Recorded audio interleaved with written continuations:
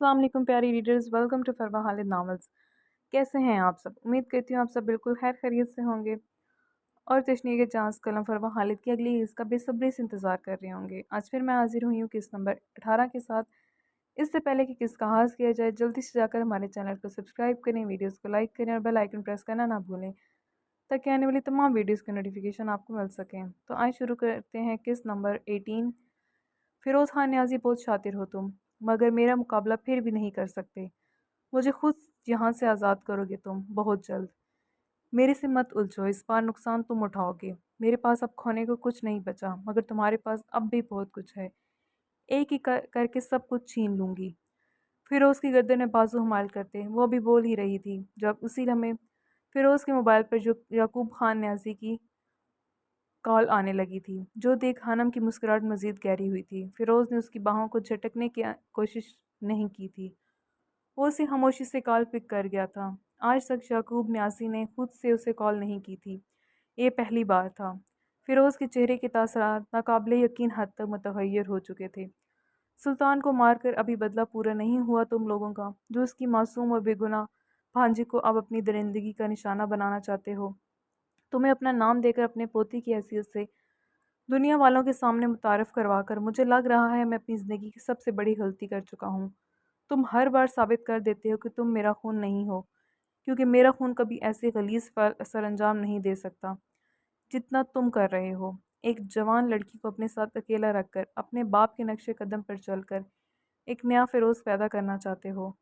یعقوب خان نیازی کے ہونٹوں سے نکلنے والا ایک ایک جملہ فیروز خان نیازی کی ذات کے پرخچے اور ادھیر گیا تھا۔ اس کی آنکھیں خون آلود ہو چکی تھیں، جبکہ فیروز کے بہت زیادہ قریب ہونے کی وجہ سے یعقوب خان نیازی کی تمام باتیں اس کی سماعتوں تک بآسانی پہنچ پا رہی تھیں۔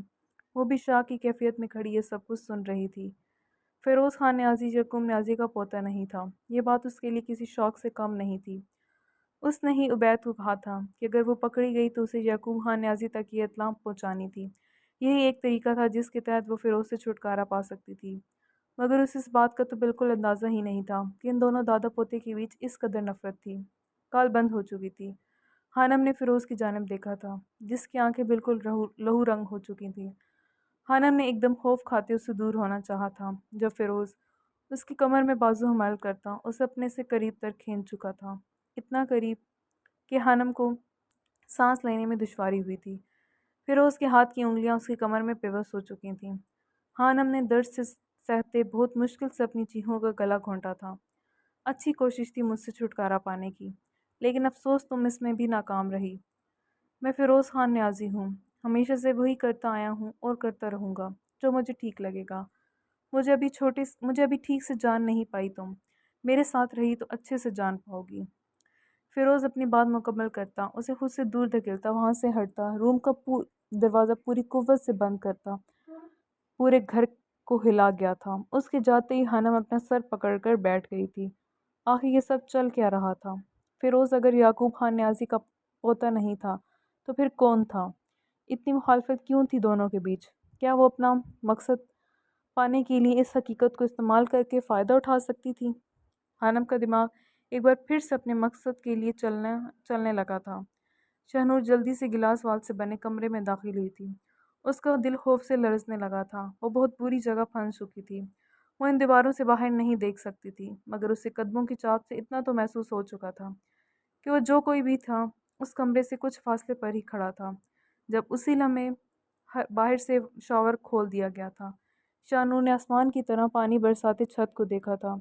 پانی اس قدر ٹھنڈا تھا کہ شاہنور کو اپنی ہڈیاں جمتی محسوس ہوئی تھیں۔ وہ پوری طرح سے بھیگتی کانپ رہی تھی جب اسی لمحے دروازہ کھلا تھا۔ اندر داخل ہوتا شخص سامنے کا منظر دیکھ اپنی جگہ پتھر ہوا تھا۔ یہ لڑکی اس کی حویلی، اس کے بیڈ روم کے باتھ روم میں کیا کر رہی تھی؟ اسے لگا تھا شاید وہ جاگتی آنکھوں سے کوئی خواب دیکھ رہا ہے، وہ خواب جو دیکھنے کا تصور اس کے دل و دماغ نے کبھی نہیں کیا تھا۔ جبکہ دوسری جانب شاہنور نے جیسے ہی اپنی لرزتی بھیگی پلکیں اٹھائیں، سامنے شرٹ لیس کھڑے ارشیان نیازی کو دیکھ اسے پوری دنیا اپنی نگاہوں میں گھومتی محسوس ہوئی تھی۔ اس کے ہونٹوں سے بے یقینی کے عالم میں چیخ برآمد ہوئی تھی۔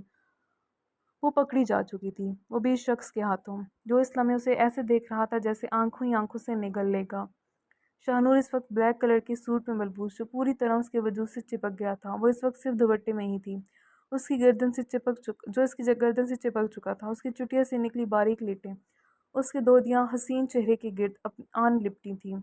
اپنے آپ میں سکڑی سمٹی وہ نازک سی گڑیا لگ رہی تھی۔ ارشیان نے ضبط کے عالم میں مٹھیاں بھینج لی تھیں۔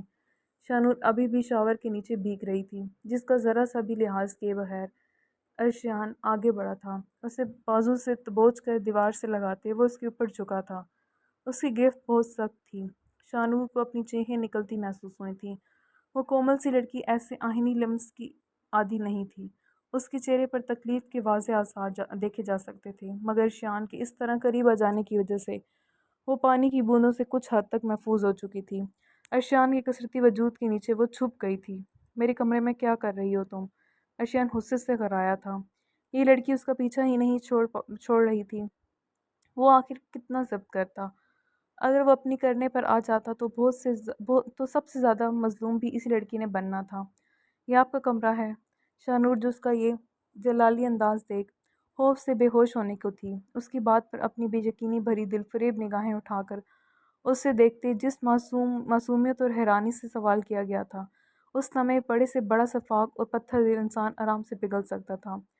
کچھ لمحوں کے لیے تو وہ بھی گڑبڑا سا گیا تھا۔ شاہنور کا دھلا دھلایا گداز چہرہ اور گلابی لرزتے ہونٹ اس کے بہت زیادہ قریب تھے۔ یہ لڑکی پتھر پر دھیرے دھیرے چھید کرنے میں کامیاب ہو رہی تھی۔ ارشیان مزید اگر اسی پوزیشن میں رہتا تو ضرور اس سے کچھ غلط ہو جانا تھا۔ وہ اس کی کلائی تھام کر اسے لیے باہر نکل آیا تھا۔ اتنی دیر سے بھیگنے کی وجہ سے شاہنور اب شدید ٹھنڈ کے عالم میں بری طرح لرز رہی تھی۔ میرے کمرے میں کیا کر رہی ہو تم؟ ارشیان اب کے غصے سے دھاڑا تھا۔ یہ لڑکی اس کے غصے کو سیریس ہی نہیں لے رہی تھی۔ یہ بات اسے مزید غصہ دلا رہی تھی، جبکہ اس کے شرٹ لیس ہونے کی وجہ سے حیا کے مارے شاہنور اس کی جانب دیکھ بھی نہیں پا رہی تھی۔ اس کے سوال کا جواب دینا تو بہت دور کی بات تھی۔ اوپر سے اسے جتنی شدید ٹھنڈ لگ رہی تھی، وہ یہ تو بھول ہی چکی تھی کہ وہ ارشیان خان نیازی سے کے کمرے میں رنگے ہاتھوں پکڑی جا چکی ہے۔ اب یہ شخص نہ جانے اس کا کیا حشر کرنے والا ہے۔ پلیز ٹاول تو پکڑا دیں، مجھے بہت زیادہ ٹھنڈ لگ رہی ہے۔ شاہنور ایک بار پھر اس کے سوال کو اگنور کرتی کانپتے لہجے میں اسے حکم صادر کر گئی تھی۔ آج زندگی میں پہلی بار کسی نے اس طرح ارشیان خان نیازی کی بات ٹوک کر اسے آرڈر دیا تھا، جس کا ریئیکشن تو یہی بنتا تھا کہ ارشیان ایسی گستاخی کرنے والے انسان کی عقل ٹھکانے لگا دے، مگر حیرت انگیز طور پر ایسا نہیں ہوا تھا۔ وہ واپس مڑا تھا اور اپنا ٹاول سٹینڈ سے اتار کر اس کی جانب بڑھا دیا تھا۔ ضرب خان نیازی نہیں چاہتا تھا کہ نرمین میرب کے خلاف کوئی بیان دے، اس لیے وہ ابھی اس سارے معاملے کو مصلحت کے ساتھ ہینڈل کر رہا تھا۔ وہ میرب کی اس بے وقوفی پر خود ہی اس کی عقل ٹھکانے لگانے کا ارادہ رکھتا تھا۔ نرس ہے تمہارے پاس، باہر سیکیورٹی گارڈز بھی موجود ہیں، تم بالکل سیف ہو۔ ذرا دھیرے سے اس کی گرفت سے اپنا ہاتھ چھڑواتا میرب کی کلائی دبوچے دروازے کی جانب بڑھ گیا تھا۔ ضراب کے ساتھ باہر کی جانب بڑھتے میرب نے پلٹ کر مذاق اڑاتی نگاہوں سے نرمین کی جانب دیکھا تھا۔ شوخی سے ایک آنکھ دباتے وہ نرمین کو جلا کر راہ کر گئی تھی۔ ضراب میرب کو لیے وہاں سے نکل آیا تھا۔ پچھلے گیٹ کے سامنے اس کی گاڑی آ چکی تھی، جس کی فرنٹ سیٹ پر میرب کو دھکیلتے وہ ڈرائیونگ سیٹ پر خود آن بیٹھا تھا اور فل سپیڈ کے ساتھ گاڑی وہاں سے نکال لے گیا تھا۔ یہ کیا پاگل پن ہے؟ گاڑی کی سپیڈ سلو کرو۔ ضراب گاڑی بہت تیزی سے چلا رہا تھا۔ دو بار میرب کا سر ڈیش بورڈ سے ٹکرایا تھا۔ وہ اب کی بار چلا اٹھی تھی۔ اسے اپنی جان ابھی بہت زیادہ عزیز تھی۔ وہ اتنی جلدی مرنا نہیں چاہتی تھی، مگر یہ شخص تو بالکل پاگل ہو چکا تھا۔ ضراب پلیز۔ اب کی بار میرب اس کا کندھا اپنے دونوں ہاتھوں میں دبوچے روحانسی آواز میں بولتی اسے سپیڈ کم کرنے پر مجبور کر گئی تھی۔ اس کی پکار میں محسوس کی جانے والی تڑپ تھی۔ بہت عرصے بعد اس نے ضراب کو اس طرح پکارا تھا۔ ضراب نے قدرے سنسان ایریا میں آ کر گاڑی روک دی تھی۔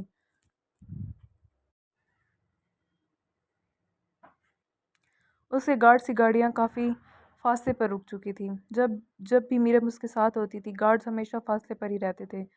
یہ آرڈر ضراب کی جانب سے بہت سختی سے دیا گیا تھا۔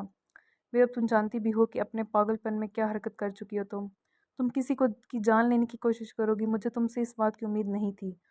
ضراب گاڑی سے نکل کر باہر جاتی میرب کے پیچھے گاڑی سے نکلا تھا۔ وہ گاڑی کی بونٹ پر چڑھے اندھیرے میں نگاہیں گاڑے بیٹھی تھی۔ زاراب کی بات پر اس نے مڑ کر زاراب کی جانب دیکھا تھا، جو سیاہ لباس کے اوپر سیاہ کوٹ پہنے اپنی شاندار پرسنالٹی کے ساتھ اس وقت بھی ڈیشنگ لگ رہا تھا۔ غصے میں میرب کو وہ زیادہ خوبصورت لگتا تھا۔ اس کے تنے مغرور نقوش اس لمحے بھی میرب کی سانسیں بڑھا گئے تھے۔ گھنی مونچھوں تلے سختی سے بے چین آبی لب اس کے غصے کی شدت کا پتہ دے رہے تھے۔ تم سے بدلہ لینے کے لیے میں جان لے بھی سکتی ہوں اور وقت آنے پر اپنی جان دینے کا حوصلہ بھی رکھتی ہوں۔ تم جس لڑکی کو بھی اپنے قریب لاؤ گے میں اس کا یہی حال کروں گی۔ جب تک میں زندہ ہوں تمہیں کسی کے قریب نہیں جانے دوں گی۔ میرب کے چہرے پر ذرا سا پچھتاوا نہیں تھا، نہ ہی کسی قسم کا خوف۔ وہ ہر طرح کے انجام کے لیے تیار تھی، بس اسے اس شخص کو برباد کرنا تھا۔ زاراب خاموشی سے اسے تک گیا تھا۔ یہ لڑکی اس کی زندگی کی سب سے بڑی آزمائش تھی۔ سب کو اپنی مٹھی میں کنٹرول کر کے رکھنے والا اس لڑکی کے معاملے میں بالکل بے بس تھا، جو اپنے ہر نفع نقصان سے بے پرواہ اس سے انتقام لینے پر تلی ہوئی تھی۔ ذرا آگے بڑھا تھا۔ میرب کو لگا تھا وہ اس پر غصہ کرے گا، پھر کوئی سزا دے گا، مگر وہ آنکھوں میں عجیب سے احساس لیے اس کے نہایت قریب ہوتا۔ بونٹ پر اس کے ارد گرد دونوں ہتھیلیاں جماتا جھکا تھا۔ تو تم چاہتی ہو میں تمہارے قریب آؤں؟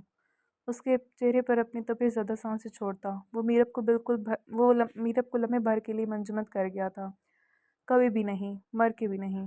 میرب اس کے دونوں ہاتھ کندھوں پر مضبوطی سے اپنی ہتھیلیاں جما کر اسے خود سے دور کرتے چلائی تھی۔ وہ کبھی اس شخص کو اپنے جذبات سے کھیلنے کا موقع نہیں دینے والی تھی جسے اس سے محبت نہیں تھی۔ وہ صرف محبت کرنے کا ڈھونگ کرتا تھا۔ اس کا مقصد صرف اس کے خاندان والوں کو نیچا دکھانا تھا، جس کے لیے وہ اسے استعمال کر چکا تھا، مگر میرب اب مزید ایسا نہیں ہونے دے سکتی تھی۔ نویرہ تک ملازمین کے ذریعے سلطان شاہ کے قتل کی خبر پہنچ چکی تھی، مگر وہ اس پر یقین کرنے کو بالکل بھی تیار نہیں تھی۔ سلطان شاہ کو ختم کرنا اتنا آسان نہیں تھا۔ نویرہ نے فوراً سے فیروز کو کال ملائی تھی۔ ہمیشہ اس کی کال پہلی بیل پر پک کرنے والا آج تاخیر کر رہا تھا۔ نویرہ پریشان ہوئی تھی۔ یا اللہ، فیروز کو اپنے حفظ و امان میں رکھنا۔ نویرہ کو گھبراہٹ ہوئی تھی۔ وہ جانتی تھی کہ فیروز سے کتنے دشمن تھے۔ ہر لمحے اس کے سر پر ہتھا منڈلاتا رہتا تھا اور اپنے معاملے میں اتنا ہی لاپرواہ تھا۔ نویرہ اس کے کال نہ اٹھانے پر پریشانی کا شکار ہو رہی تھی، جب اسی لمحے دوسری جانب سے کال پک کر لی گئی تھی، مگر اسپیکر سے ابھرتی دلکش سی نسوانی آواز پر نویرہ کا ماتھا ٹھنکا تھا۔ فیروز کسی لڑکی کے ساتھ تھا، اسے یقین نہیں آیا تھا، مگر دوسری جانب موجود خانم، جو فیروز کے کمرے میں موبائل کی تلاش میں ہی آئی تھی، اسے واش روم میں شاور لیتا دیکھ وہ جلدی سے بیڈ پر بجتے اس کے موبائل کو اٹھا چکی تھی، جس پر جگمگاتا نویرہ پھپھو کے نام سے سیو نمبر اس سے آتی کال پک کرنے میں اس نے 1 سیکنڈ نہیں لگایا تھا۔ وہ نویرہ تک تو نہیں پہنچنا چاہتی تھی۔ وہ نویرہ تک ہی تو پہنچنا چاہتی تھی۔ اس کے ہیلو بولتے ہی دوسری جانب سے خاموشی چھا گئی تھی۔ اب نویرہ چاچی بات کر رہی ہیں؟ یہ سوال پوچھتے خانم کی آواز میں نمی سی گھل گئی تھی، جبکہ دوسری جانب نویرہ کا موبائل تھاما ہاتھ کانپ اٹھا تھا۔ چچی لفظ پر اسے اپنی سانسیں رکتی محسوس ہوئی تھیں۔ کون؟ نویرہ کے ہونٹوں سے بمشکل یہی نکل پایا تھا۔ میں خانم بات کر رہی ہوں۔ فیروز نیازی نے مجھے زبردستی اپنے پاس قید کر کے رکھا ہوا ہے، پلیز میری مدد کریں۔ اسے واش روم سے نکلتا دیکھ خانم ایک ہی سانس میں بولی تھی۔ جاری ہے۔ جی پیارے ریڈرز، کیسی لگی آپ کو ہماری آج کی قسط؟ کمنٹ سیکشن میں اپنی رائے کا اظہار ضرور کیجیے گا۔ ہمارے چینل کو سبسکرائب کریں، اسی طرح ہمارے ساتھ جڑے رہیں تاکہ آپ کو ایسے ہی دلچسپ ناول پڑھنے کا موقع مل سکے۔ اپنا بہت سارا خیال رکھیے گا، دعا میں یاد رکھیے گا۔ خدا حافظ۔